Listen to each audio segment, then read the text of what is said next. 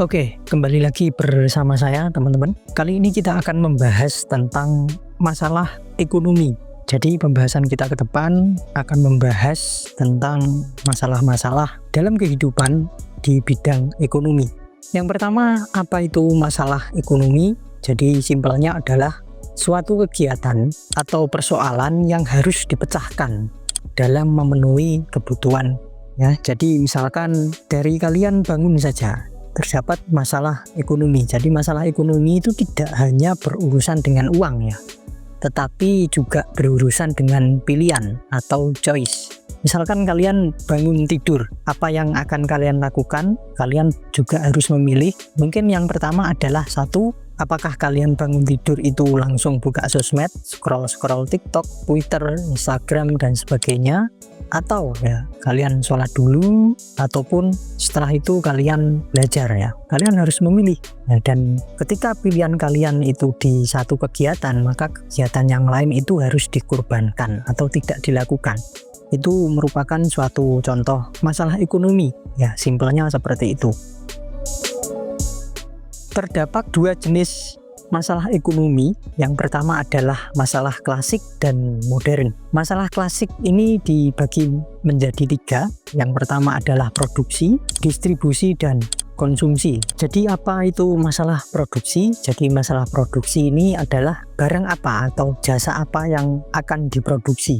Yang kedua adalah bagaimana cara mendistribusikan kalau barang dan jasa ini sudah diproduksi. Dan yang ketiga, sebelum melakukan produksi dan distribusi, ini siapa dulu yang akan mengkonsumsi barang atau jasa yang akan kita buat. Lalu permasalahan atau masalah ekonomi modern. Yang pertama adalah kelangkaan. Seperti namanya, kelangkaan ini adalah di mana suatu barang ini persediaannya terbatas tetapi dibutuhkan oleh semua orang. Jadi simpelnya ketika ada 5 barang ya yang diperebutkan oleh 10 orang, maka yang mendapatkan ya hanya 5 itu dan 5 lagi tidak mendapatkan. Yang kedua adalah inflasi. Kita tahu sebelum video ini dirilis, kita sudah membahas cukup mendetil tentang inflasi. Kalian bisa cek di pojok kanan atas ini atau kalian masuk ke playlist kelas ekonomi. Jadi inflasi simpelnya adalah kenaikan harga barang atau jasa secara terus-menerus dari tahun ke tahun. Yang ketiga adalah pengangguran ya. Sudah bisa didefinisikan sendiri apa itu pengangguran. Yang keempat, ketimpangan. Ketimpangan ini suatu gap atau selisih antara kondisi ekonomi satu orang dengan orang lainnya. Dampak globalisasi sangat banyak sekali, yang mana ini juga menimbulkan masalah ekonomi.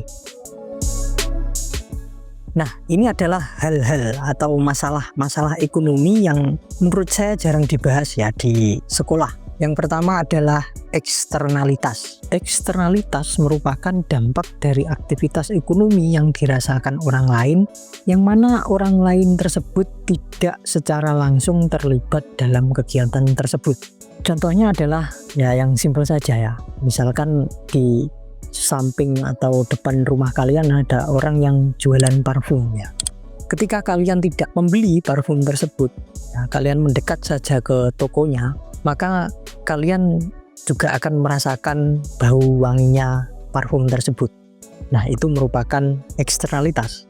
Yang kedua adalah paradox of choices atau banyaknya pilihan barang atau jasa yang tersedia.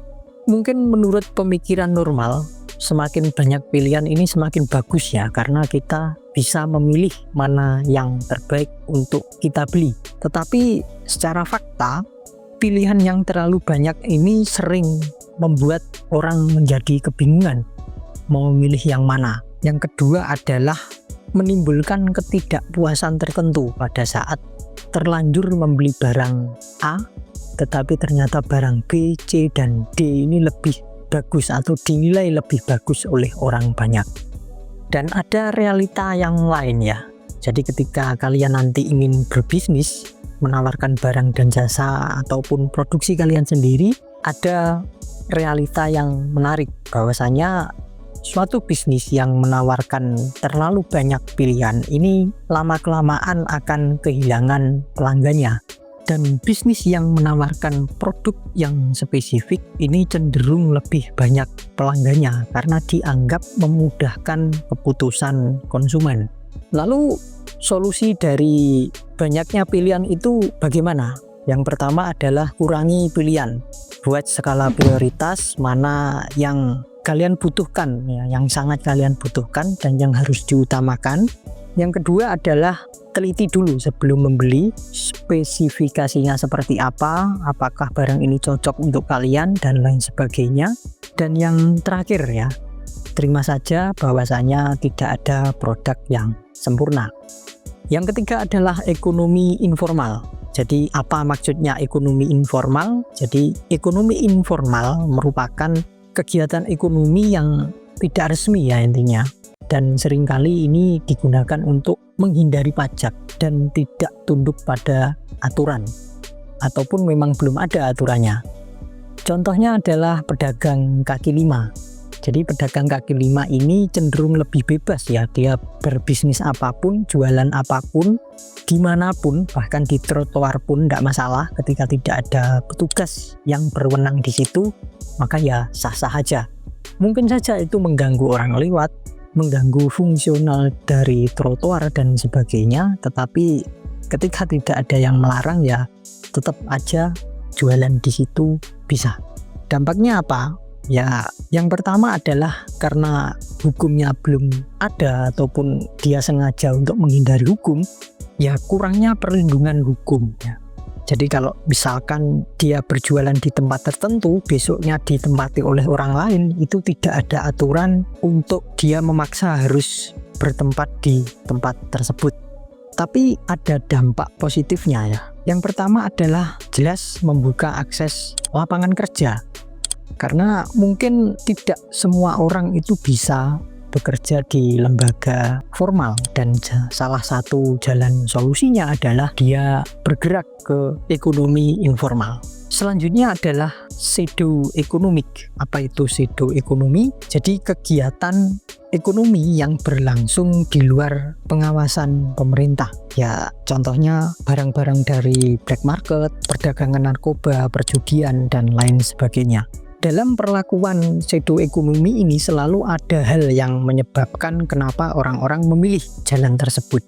Yang pertama, kemungkinan pajaknya ini terlalu tinggi untuk berbisnis ya. Jadi mereka bermanuver untuk berbisnis tetapi tidak diketahui oleh pemerintah. Yang kedua adalah regulasi yang rumit dan kekurangan penegakan hukum. Selanjutnya adalah ketimpangan pendapatan. Jadi masalah ketimpangan pendapatan ini seringkali kita temui ya, dimanapun dan kapanpun kita berada sering kita temui. Apa maksudnya ketimpangan pendapatan? Ini merupakan selisih pendapatan antara individu satu dengan yang lain. Dan ada beberapa faktor ya yang menyebabkan hal ini terjadi. Yang pertama adalah faktor pendidikan, struktur ekonomi, kebijakan, dan globalisasi. Dampaknya apa? Yang pertama adalah ketidakadilan ya. Memang ini terlihat tidak adil, tetapi ya itulah faktanya. Dan menurut data dari Oxfam, 1% orang terkaya memiliki kekayaan hampir 2 kali lipat dibandingkan kekayaan seluruh penduduk dunia jika digabungkan. Nah ini kan sudah terlihat ya, terjadi ketidakadilan di dunia ini dalam hal ekonomi. Lalu solusinya seperti apa?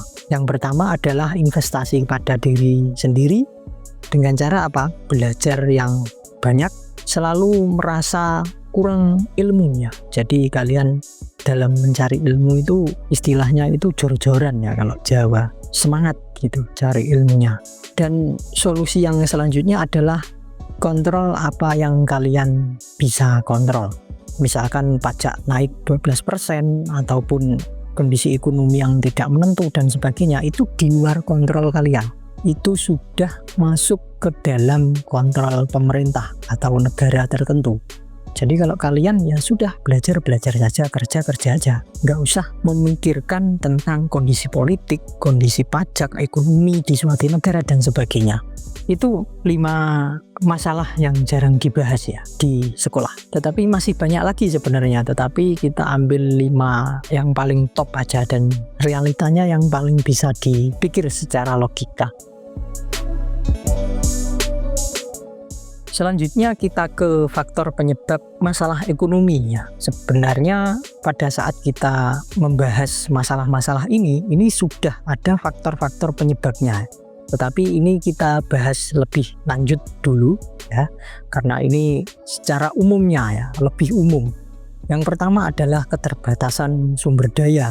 Apa maksudnya? Jadi kebutuhan manusia yang sangat terbatas, apalagi dibarengi dengan keinginannya, itu membuat alat pemuas kebutuhan yang realitanya ini terbatas, ini membuat kurangnya ya kepuasan kebutuhan manusia. Jadi simpelnya adalah keterbatasan sumber daya itu antara kebutuhan manusia dengan alat pemuas kebutuhan itu tidak seimbang. Yang kedua adalah unbalance. Jadi ini berhubungan dengan penawaran dan permintaan.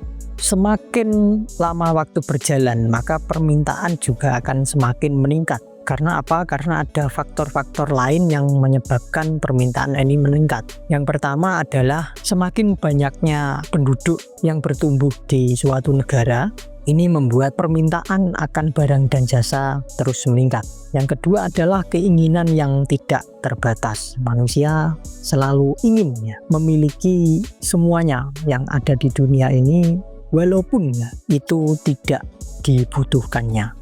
Yang ketiga adalah distribusi dan pertumbuhan yang tidak seimbang.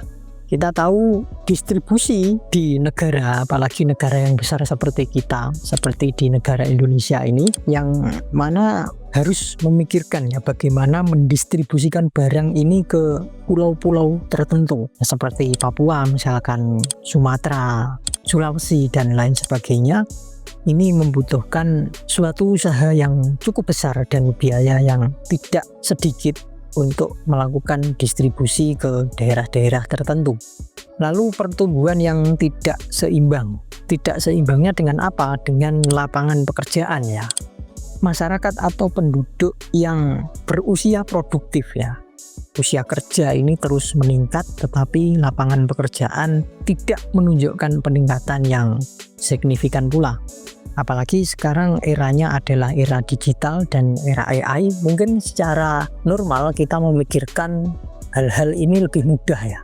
Tetapi apa yang terjadi ya di pabrik-pabrik, di perusahaan-perusahaan yang dulunya harus dikerjakan puluhan orang bahkan ratusan, sekarang bisa dikerjakan dengan 1 orang saja menggunakan AI.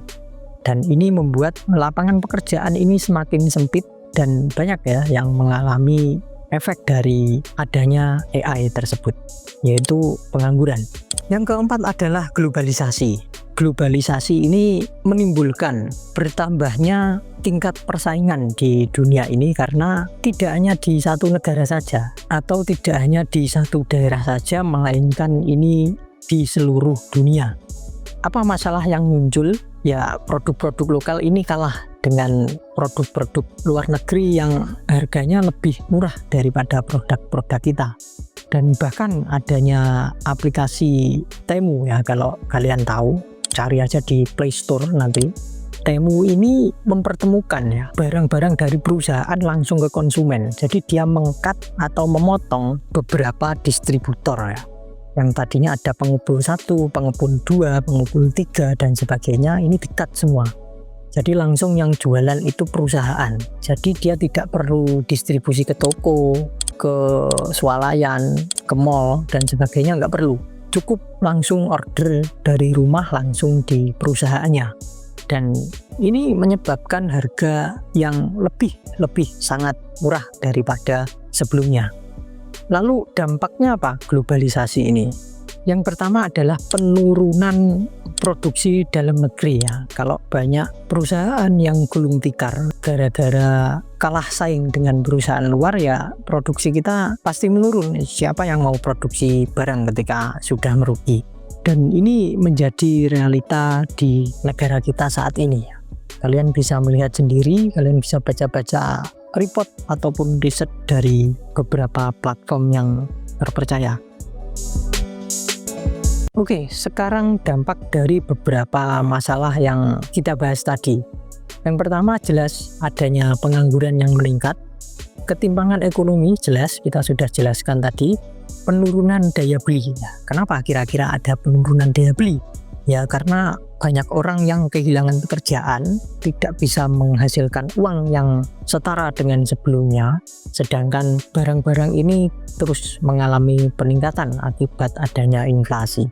Maka masyarakat ini cenderung tidak mau ya membelikan uangnya secara cuma-cuma. Kalau tidak butuh, sangat-sangat butuh, dia tidak akan membeli suatu barang atau jasa.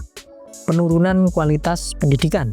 Penurunan kualitas pendidikan ini disebabkan oleh beberapa hal ya. Yang pertama kita tahu saat ini kalau dibandingkan dengan beberapa tahun yang lalu, biaya pendidikan ini sangat berbeda ya. Semakin kesini semakin mahal, bahkan kemarin juga ada kasus juga yang agak lucu ya, di mana ada suatu universitas ini merekomendasikan mahasiswanya dan orang tua dari mahasiswa ini untuk meminjam uang ke pinjol ya, untuk membiayai UKT yang diminta oleh universitas ya. Nanti cek aja universitas apa, saya nggak sebutkan juga di sini. Yang terakhir adalah kerusakan lingkungannya. Jadi pseudo ekonomik tadi ini juga menyebabkan kerusakan lingkungan. Karena apa? Karena dengan pajak yang tinggi, kebijakan yang tidak pro ke swasta, lalu aturan-aturan yang rumit, ini membuat pengusaha-pengusaha ini memilih jalan lain ya, agar modal yang dikeluarkan ini cukup efisien untuk membangun perusahaannya. Biasanya dengan cara-cara masuk ke dalam suatu organisasi pemerintahan dan dia menjalin kesepakatan di situ. Nah, yang paling penting adalah bagaimana kira-kira solusinya ketika sudah ada kejadian-kejadian yang sebelumnya kita bahas. Yang pertama solusinya adalah ekonomi inklusif. Ini harus dilakukan. Yang pertama adalah pemberdayaan masyarakat. Jadi ini bagian dari ekonomi inklusif. Lalu penciptaan lapangan kerja dan akses kredit longgar ya, yang kalau bisa tanpa bunga untuk UMKM agar bisa bertumbuh dengan pesat. Yang kedua adalah ekonomi digital. Jadi di era digital, era AI ini, untuk merealisasikan kemudahan bisnis ini harus melewati bisnis online ya, yang mana jualan online di platform-platform tertentu ini harus dilakukan dan dikembangkan. Lalu yang ketiga adalah ekonomi lokal. Ini pemerintah harus support ya ekonomi lokal ini. Kalau ingin pertumbuhan ekonomi di negara kita ini mengalami pertumbuhan yang cukup dikatakan berhasil, harusnya yang pertama adalah mengurangi ketergantungan pasar global. Ya setidaknya mengurangi dulu lah barang-barang dari luar, tetapi mempromosikan barang-barang dalam negeri. Nanti kalau 80% barang dalam negeri ini sudah terjual dan sudah melekat namanya di masyarakat kita, baru kita bisa menerima ya barang-barang dari luar negeri. Lalu knowledge ekonomi atau ekonomi yang berbasis pada pengetahuan.